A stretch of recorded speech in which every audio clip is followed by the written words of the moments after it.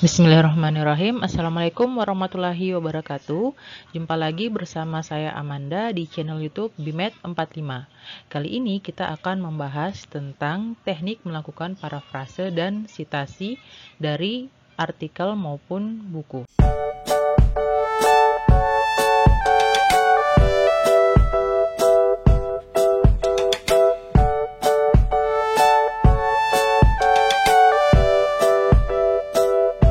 Oke, kita akan memulai dengan memahami apa itu parafrase. Jadi parafrase merupakan salah satu cara meminjam gagasan atau ide dari sebuah sumber tanpa menjadi plagiat. Menurut Kamus Oxford Advanced Learner, parafrase merupakan cara mengekspresikan apa yang telah ditulis dan dikatakan oleh orang lain dengan menggunakan kata-kata yang berbeda agar membuatnya lebih mudah untuk dimengerti. Mengapa perlu parafrase? Yang pertama, parafrase lebih baik dibandingkan dengan mengutip informasi dari sebuah paragraf atau tulisan yang kurang menonjol. Yang kedua, parafrase membantu penulis untuk mengontrol cobaan melakukan kutipan yang terlalu sering. Dan yang terakhir, proses mental yang dibutuhkan bagi keberhasilan sebuah parafrase membantu penulis untuk memahami sepenuhnya makna teks sumber yang akan ia tutur. Langkah-langkah melakukan parafrase sederhananya adalah sebagai berikut. Yang pertama, bacalah kembali teks sumber sampai Anda memahami benar isi teks tersebut. Yang berikutnya, singkirkan teks atau naskah asli tersebut dan tulislah ulang gagasan dalam teks tadi dalam sebuah kertas. Yang ketiga, buatlah daftar beberapa kata di bawah parafrase Anda tadi untuk mengingatkan Anda kembali pada cara Anda memahami naskah asli tersebut. Di atas kartu catatan tadi, tulislah kata kunci yang menunjukkan subjek atau tema parafrase Anda. Yang keempat, bandingkan tulisan parafrase Anda tadi dengan naskah aslinya untuk mengecek apakah semua gagasan, terutama gagasan yang penting, telah tercantum dalam hasil parafrase tersebut.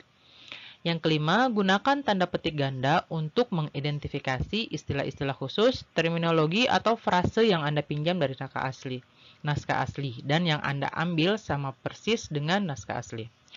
Yang keenam, tuliskan sumber termasuk halaman pada kertas catatan Anda sehingga ini mempermudah Anda untuk menuliskan sumber pustaka atau referensi, bila Anda bermaksud mengambil parafrase tersebut. Di sini saya akan memberikan contoh parafrase yang diambil dari artikel yang ditulis oleh Lester pada tahun 1976.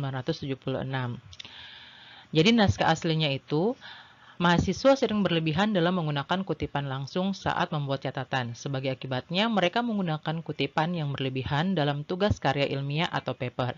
Mungkin hanya sekitar 10% dari manuskrip akhir yang diperbolehkan muncul dalam bentuk kutipan langsung. Oleh sebab itu, Anda harus berusaha untuk membatasi jumlah penulisan yang sama persis dengan materi sumber saat kalian menulis buku catatan.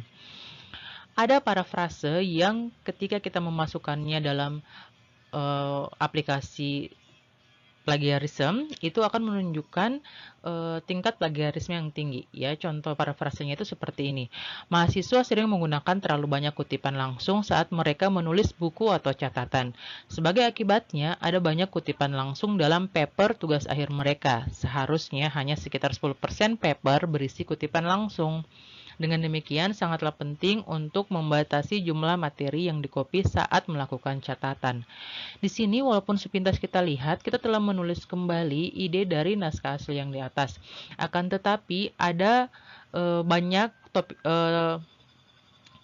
penggalan-penggalan utama kalimat yang dimasukkan ke parafrase ini. Dan walaupun kita sudah mengganti beberapa katanya, itu tetap terhitung sebagai plagiarisme. Karena di sini plagiarisme terjadi sangat ketat, walaupun kita sudah mencari istilah yang merupakan persamaan katanya. Sementara untuk parafrase yang legal itu kita bisa menulis kembali naskah aslinya dengan menggunakan kata-kata atau pemahaman kita sendiri. Kurang lebihnya seperti ini. Dalam paper ilmiah, mahasiswa sering mengutip berlebihan dan gagal untuk mengubah materi yang dikutip ke level yang diinginkan. Karena masalahnya bersumber dari penulisan catatan, maka sangatlah penting untuk meminimalkan pencatatan materi atau kata per kata yang sama persis. Jadi semua penjelasan yang saya jelaskan tentang parafrase tadi itu dikutip dari artikel yang dibuat oleh penerbit The Publish. Jadi kalian bisa cek di kotak deskripsi untuk link bacaan lengkapnya. Selanjutnya kita akan lanjut ke masalah sitasi ya. Jadi setelah melakukan parafrase, hal wajib selanjutnya adalah menulis sitasi. Jika parafrase yang kita lakukan tadi akan kita masukkan pada tulisan kita. Jangan sampai kita melewatkan mensitasi penulis yang telah kita parafrase tulisannya. Sitasi adalah daftar pustaka dari sejumlah dokumen yang dirujuk atau yang dikutip oleh sebuah dokumen, dan setiap daftar pustaka dokumen tersebut dimuat dalam bibliografi dokumen yang mengutip, yang secara khusus mengkaji pengarang dan karya-karya lain. Gaya atau style penulisan sumber referensi dalam sitasi yang umum digunakan baik di Indonesia maupun di dunia internasional itu ada beberapa. Di antaranya adalah APA atau American Psychological Association. Yang kedua, sitasi CMOS atau Chicago Manual of Style. Yang ketiga, MLA atau Modern Language Association. Yang keempat, APSA atau American Political Science Association. Yang kelima ada Turabian. Yang keenam ada CSE, Council of Biology Editors. Ada juga style sitasi yang lain seperti milik Oxford dan Harvard. Oke, selanjutnya di sini saya akan memberikan cara menulis referensi dengan memanfaatkan Google Scholar. Oke, di sini saya akan menjelaskan bagaimana caranya menuliskan referensi dengan mencari citasinya pada Google Scholar. Jadi pertama itu kita akan membuka website scholar.google.co.id ya. Setelah itu pada tab search-nya kita akan memasukkan judul dari tulisan yang kita mau. Oke. Ini kita copy judul tulisannya. Selanjutnya kita masukkan di sini, kita paste ya. Lalu kita search. Nah, setelah search di sini ada tanda petik 2. Ini untuk melihat model citasi atau model penulisan referensi yang akan kita gunakan. Ya. Jadi di sini model referensi yang akan kita gunakan itu adalah model APA ya. Jadi kita bisa melihat pada ini tadi, kita klik tanda ini dan akan muncul. Di sini ada ada model citasi MLA, APA, Chicago, Harvard, dan Vancouver. Nah, di sini kita tinggal mengklik, lalu kita copy. Setelah itu, kita tinggal paste atau kita tempel di tempat yang kita inginkan.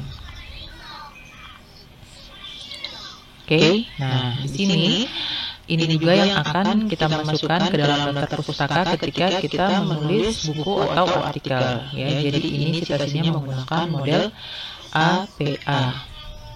Oke, kalau kalian mau menggunakan model lain dengan cara yang sama tinggal mengcopy dari site Google yang ada pada Google Scholar ini.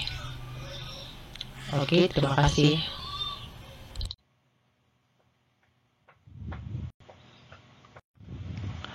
Oke, demikianlah tadi langkah-langkah melakukan parafrase dan mensitasi menggunakan Google Scholar. Semoga video yang saya buat ini bermanfaat. Terima kasih.